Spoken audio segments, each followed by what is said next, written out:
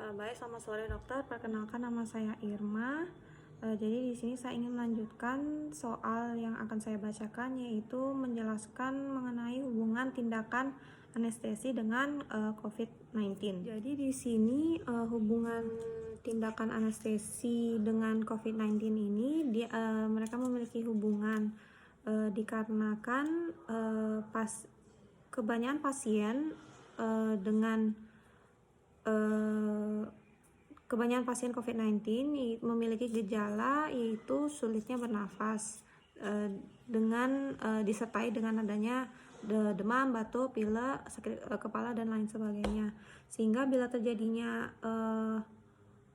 obstruksi pernafasan atau terjadinya penurunan pernafasan sehingga perlu dilakukannya intubasi. Nah, seperti yang kita ketahui kan COVID-19 ini kan virus ini dia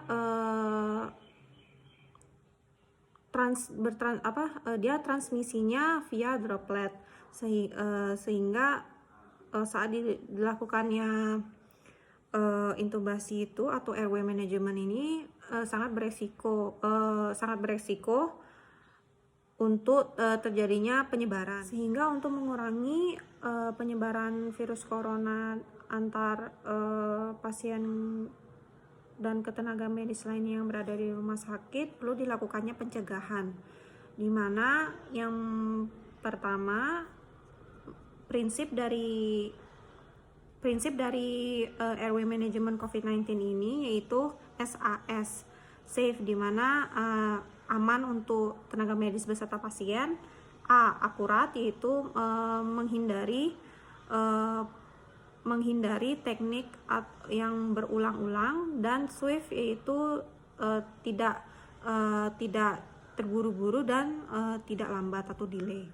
Jadi berdasarkan guideline airway management COVID-19 tahun 2020 itu persiapan yang perlu dilakukan yaitu mempersiapkan peralatan. Jadi peralatan yang khusus untuk COVID-19. Jadi menyiapkan troli khusus untuk COVID-19-nya supaya tidak tercampur dengan untuk pasien-pasien lain.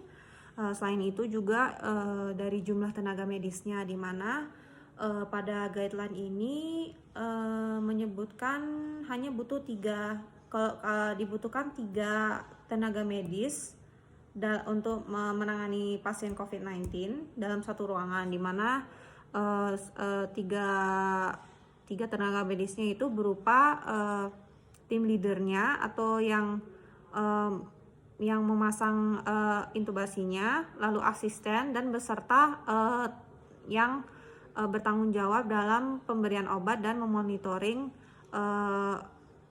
entah itu vital sign-nya pasien dan lain sebagainya.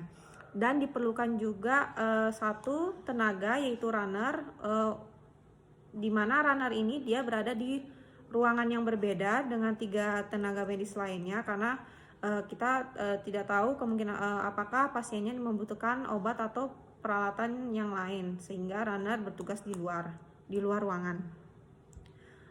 Selain itu juga tenaga medisnya juga menggunakan alat pelindung diri yang lengkap supaya tidak terjadinya transmisi virus. Selain itu juga perlu dilakukannya perencanaan atau strategi sebelum menangani COVID-19, di mana tenaga medis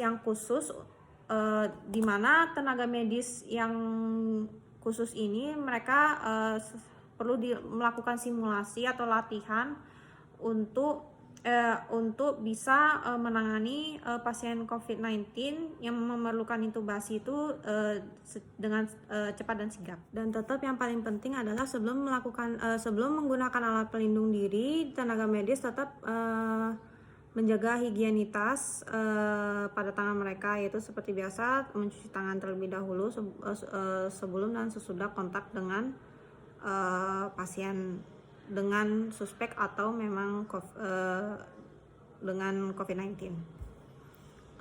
Mungkin sekian dari yang saya bacakan. Apabila ada yang perlu ditambahkan atau kekurangan bisa di komen. Lalu di sini saya akan mengirimkan link guideline yang saya baca. Terima kasih.